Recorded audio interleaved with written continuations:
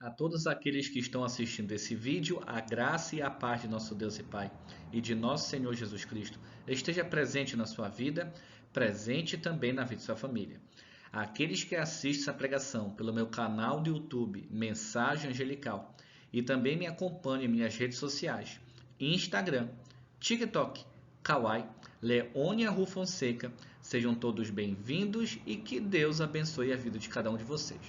Bom, toda quarta-feira nós estudamos uma carta do Novo Testamento. E hoje vamos estudar a primeira carta de Paulo a Timóteo, em específico o capítulo 1, e vamos ver o que essa maravilhosa carta tem a nos ensinar. Vamos começar.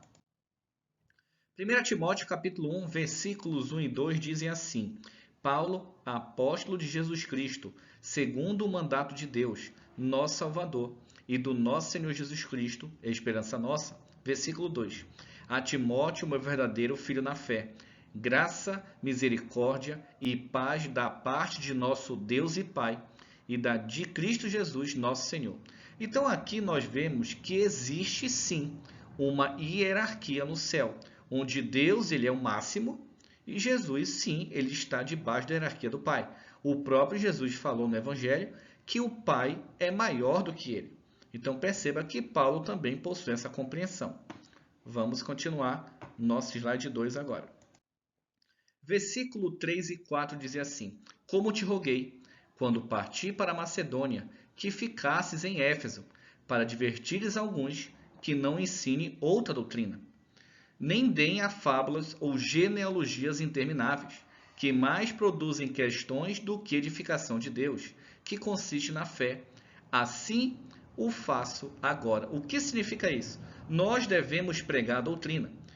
Toda vez que eu mostro um estudo bíblico para vocês, pelo menos de minha autoria, eu mostro a doutrina bíblica e me esforço para levar a verdade bíblica para todos aqueles que me acompanham.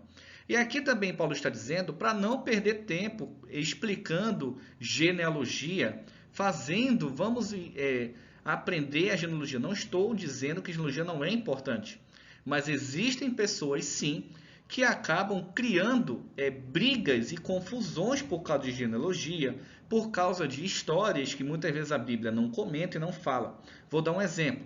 A Lilith, a Bíblia não fala nada sobre Lilith. Ela é uma fábula judaica.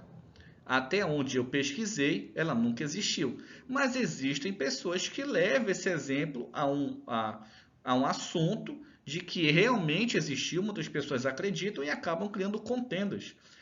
A minha ideia aqui não é criar contenda, não é criar briga, esse não é meu intuito e nunca foi e nunca será. Meu intuito aqui é levar apenas a Bíblia, como está descrito aqui, para que a nossa fé seja edificada. Próximo slide. Versículos 5 e 6. Ora, o fim do mandamento é o amor de um coração puro e de uma boa consciência e de uma fé não fingida, do que, desviando-se alguns, se entregaram a vãs contendas. Então a Bíblia está dizendo que quando a pessoa consegue compreender o real evangelho, a real mensagem da Bíblia, o mandamento já está tão nela que é como se para ela fosse natural ser de Deus. Então não tem por que ficar entrando em toda vez em Êxodo capítulo 20 e ficar relembrando as coisas que Deus falou, porque para ela é normal. E o que é normal para uma pessoa de Deus? Ter um coração puro. E, infelizmente, hoje, muitos cristãos não têm coração puro. Tudo é maldade, tudo é inveja, tudo é errado e começa a ficar colocando coisas, muitas vezes dizendo citações que não está na Bíblia e a pessoa começa a ensinar errado. Aqui, de boa consciência. Quantos cristãos hoje não têm a consciência limpa? Não têm uma boa consciência? E de uma fé não fingida. O que é fé não fingida? Botar em prática as obras do Evangelho. Muitas pessoas se dizem cristãs, mas não põem em prática o que na Bíblia está escrito. E como é que elas se desviam? Criando confusão, criando contenda, querendo discutir aquilo que não pode ser discutido. Aqui no caso é a palavra de Deus. Se Deus mandou, nós temos que simplesmente não dar opinião e obedecer. E infelizmente, hoje, muitos cristãos acabam não obedecendo e botando opinião. No meu caso, eu respeito a opinião das pessoas, eu tenho vários amigos meus que em alguns pontos da Bíblia, quando nós conversamos, ele tem a opinião dele, eu tenho a minha, mas a minha é baseada também em cima da Bíblia. E assim, eu não fico com raiva, não fico chateado. Pelo contrário, eu fico feliz quando eles mandam mensagem para mim, Leone. Eu me sinto à vontade de falar minha opinião para você. Então, se você tem uma opinião divergente da minha, eu não fico chateado, pelo contrário. Que tal a gente sentar, conversar, abrir a Bíblia, né? Quem sabe tomar um suco, tomar um refrigerante? Pô, vamos sentar e conversar e vamos ver biblicamente a situação. Acho muito interessante. Versículos 7 e 8. Querendo ser mestres da lei, e não entendendo nem o que dizem, nem o que afirmam, sabendo, porém, que a lei é boa se alguém dela usa legitimamente. Muitas pessoas que fazem contendas, elas querem se achar o quê? Eu sei tudo da Bíblia, eu sei tudo da lei, eu sei tudo da doutrina, e a Bíblia diz que não entende. Muitas pessoas abrem a Bíblia, falam de um assunto bíblico, muitas vezes coerente em seus argumentos, muitas vezes coerente nos versículos que mostra que é enviado, mas quando você vai ler, ela acaba mostrando que o argumento dela está errado, mesmo ela defendendo. Já tive casos que eu converso com vários amigos meus de várias denominações, e Juan, Deus te abençoe, um abraço. O meu amigo Juan, ele é uma pessoa que assim, eu tenho muita alegria, ele realmente é muito sincero. E toda vez que conversamos sobre assuntos bíblicos, é uma maravilha conversar com ele. E eu fico muito grato por nós termos essa maturidade de conversar assuntos bíblicos sem precisar levantar voz, sem precisar denegrir a imagem de ninguém. Pelo contrário, nós amamos conversar um com o outro. Juan, Deus te abençoe, um abraço. Agradeço aí por estar acompanhando. E aqui diz que a lei é boa se alguém usa dela legitimamente. O que significa isso? Se uma pessoa obedece à lei, ela usa de maneira legítima. Por exemplo, vou colocar uma lei dos homens. Não pode ultrapassar sinal vermelho. Tem pessoas que ultrapassam por vários motivos e eu não estou aqui para julgar e apontar dedo para ninguém. A pessoa ultrapassou o sinal vermelho. A lei diz que ela tem que ser punida com multa.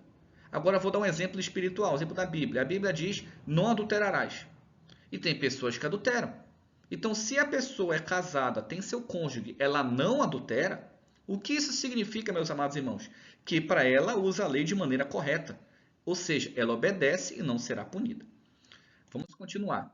1 Timóteo, versículos 9 e 10 diz assim, sabendo isto, que a lei não é feita para o justo, mas para os injustos e obstinados, para os ímpios e pecadores, para os profanos e irreligiosos, para os parricidas e matricidas, e para os homicidas.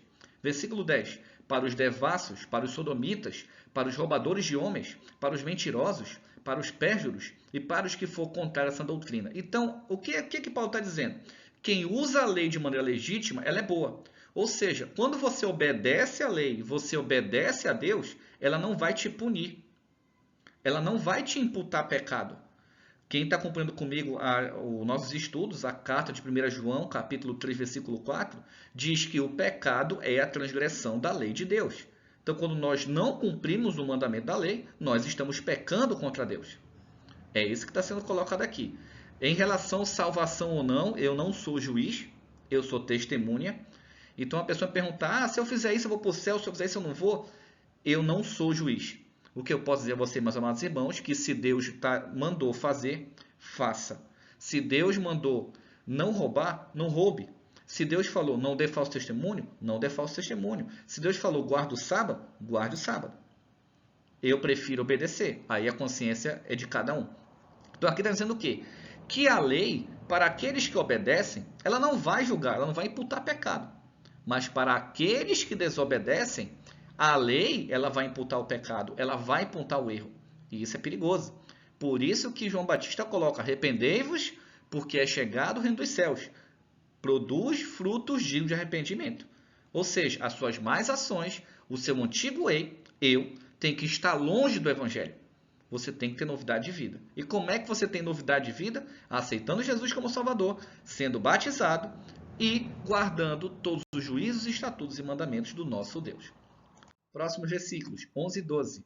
Conforme o evangelho da glória de Deus, bem-aventurado, que me foi confiado. E dou graças ao que me tem confortado, a Cristo Jesus, Senhor nosso, porque me teve por fiel, pondo-me no ministério. Então, Paulo aqui ele explica a honra que ele teve de Cristo ter chamado ele para o ministério de pregar o evangelho. Versículo 13 e 14. A mim que dantes fui blasfemo e perseguidor, injurioso, mas alcancei misericórdia, porque o fiz ignorantemente na incredulidade. Versículo 14. E a graça do nosso Senhor superabundou com a fé e amor que há em Cristo Jesus. Bom, para quem não sabe, eu era ateu. Eu não acreditava em Deus, eu não falava de Deus, mas eu nunca fui um ateu desrespeitador. Eu sempre deixava os cristãos lá quieto e eu ficava na minha. Até que eu tive a minha conversão. Isso é um assunto de um outro vídeo, mas eu também tive esse momento de não crer em Deus. No caso de Paulo, ele não acreditava em Jesus como Messias. No meu caso, eu não acreditava em Deus e também não acreditava em Jesus Cristo. Depois tive minha conversão. Versículo 15 e 16. Esta é uma palavra fiel e digna de toda aceitação, que Cristo Jesus veio ao mundo para salvar os pecadores, dos quais eu sou o principal. Paulo se acha o principal dos pecadores porque ele perseguiu a igreja. Porque ele sim foi conivente com a morte de Estevão. Então Paulo nunca esqueceu isso, né? Ele nunca esqueceu esse passado. Eu não posso me dizer que eu me sinto o principal dos pecadores, mas por ter sido ateu e não crer em Deus, eu meio que entendo esse sentimento de Paulo. Versículo 16. Mas por isso alcancei misericórdia, para que em mim, que sou o principal, Jesus Cristo mostrasse toda a longanimidade, para exemplo dos que haviam de crer nele para a vida eterna. Então esse exemplo de Paulo eu também me esforço ao máximo para levar para a minha vida. Versículos 17 e 18. Ora, o Rei dos séculos, imortal, invisível, ao único Deus sábio, seja honra e glória para todo sempre. Amém. Esse Deus único é o Pai. Quando nós estudamos o livro de Colossenses, que vai ser depois desse, você vai ver que Paulo está se referindo ao Pai. Então, somente o Pai é invisível, somente o Pai é imortal, somente o Pai é o Rei dos séculos e somente o Pai é o Deus único sábio. Tá? Versículo 18. Este mandamento te dou, meu filho Timóteo, que segundo as profecias que houve acerca de ti, milites por ela boa milícia. O que está dizendo? Viva o Evangelho, viva tudo aquilo que você está sendo ensinado de maneira correta. E nossos últimos versículos de hoje, 1 Timóteo 1, 19 e 20. Conservando a fé e a boa consciência, a qual alguns, rejeitando, fizeram naufrágio da fé. Então você quer ser um bom cristão? Continue na fé, continue tendo boa consciência na palavra de Deus e vivendo para que a consciência não te acuse. E o versículo 20 é um versículo interessante que diz assim: E entre esses foram Himeneu e Alexandre, os quais entreguei a Satanás, para que aprenda a não blasfemar. Então, quando nós blasfemamos contra o Evangelho, blasfemamos contra a palavra de Deus, né, percebemos que Paulo entregou essas pessoas ao inimigo. Será que Deus não nos entrega o inimigo também porque blasfemamos? Porque rejeitamos a sua palavra? E a blasfêmia do Espírito Santo que não há perdão? Essa fica a nossa meditação de hoje, para um próximo estudo mostrar mais detalhadamente, tá bom? Então que Deus abençoe a todos, que a verdade de Deus continue sendo mostrada através dos nossos estudos e que outra coisa tão importante, amanhã vamos começar um novo estudo de um material que me passaram hoje, eu recebi pelo correio, já dei uma estudada no capítulo 1 e eu achei interessante e vou trazer aos amados irmãos, tá bom? Então que Deus abençoe a todos, um ótimo santo.